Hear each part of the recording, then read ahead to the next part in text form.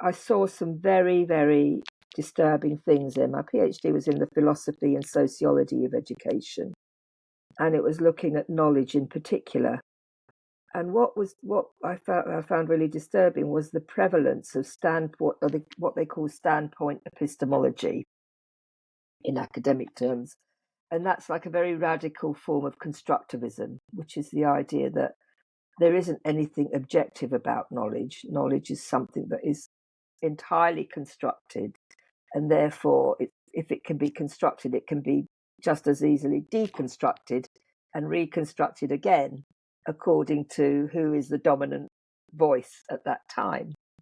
That's not how knowledge works. That's not how formal academic knowledge works at all.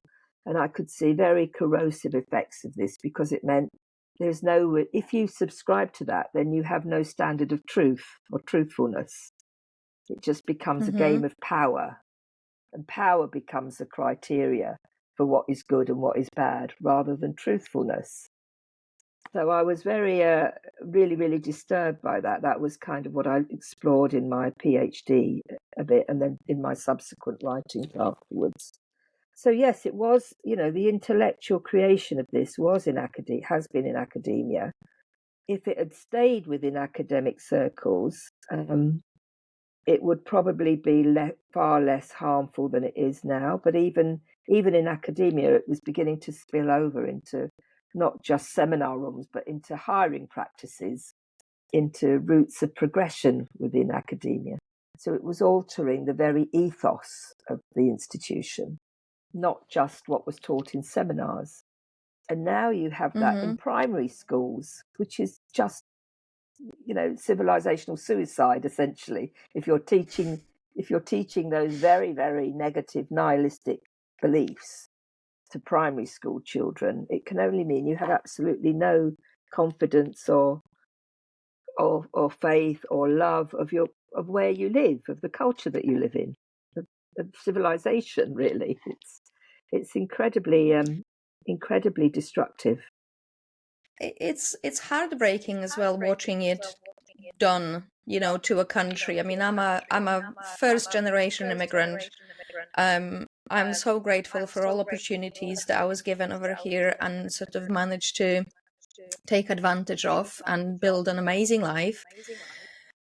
And yet, despite my experience, all I'm hearing out there is just how terrible this country is. But just on a really basic understanding of what it is that we are doing, we are pitting not only men against women, we are pitting different races against each other, we are pitting different classes against each other.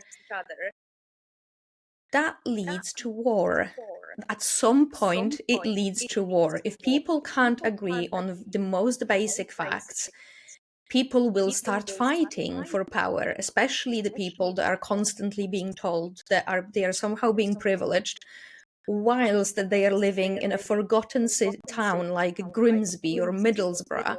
It's very difficult to feel like you've got white privilege there.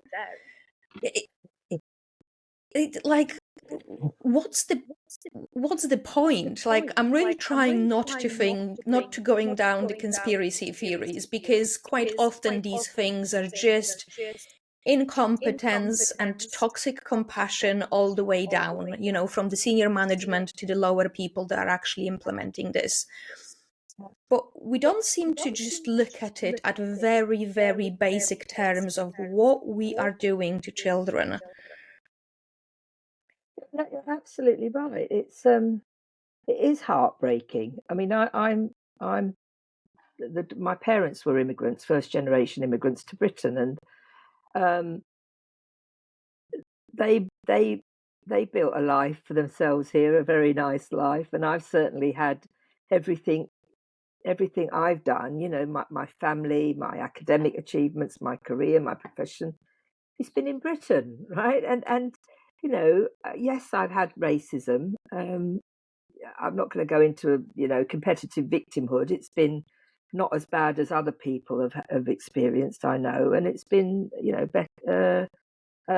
perhaps it's just, I just don't understand. I think it is actually psychologically harmful to encourage people to retrospectively view their lives through the prism of victimhood and to understand their relationships today in the prism of victimhood. I mean, it's so negative. It can only make you feel very uncertain, very unconfident, very suspicious. These are not, sometimes you need to be suspicious, sure, but, you know, as a way of life, as a kind of normative way of viewing yourself and of viewing people, it's, why do that? It's really horrible. I don't think it's a conspiracy like you, but I think, I think, you actually, know, I actually don't, but sometimes it's almost like difficult to not to, yeah. feel like somebody is not trying to do this because they seem to be doing such a good job, you know, I with think, just yeah, you're right. I mean, I think there's, I mean, poisoning our society with it. it is an elite project. This is what confuses people. People think it might be something like from ground up. It's something like associated with, say, older type left wing politics or social, you know, sort of extending equality. And it has to be kind of unmasked a bit, really. That look, where this is coming from, what it is saying, prevents any kind of solidarity. I think there are certainly activists, the people who are deliberately wanting to do this, particularly in education, as it happens. I think there's a whole new. We have to now admit we have allowed a whole new layer of a profession to be constructed, the equity, diversity, and inclusion profession. That has now emerged as a kind of an actual thing, you know, and it's there in private corporations, it's there in public institutions, it's there in libraries, it's there in, you know, any aspect of public civic life now has to have it has to show how it's addressing equity and inclusion and diversity. So in that sense, it's quite systematic. But, you know, people involved don't necessarily see it like that. They just see it as, oh, let's just be nice, you know.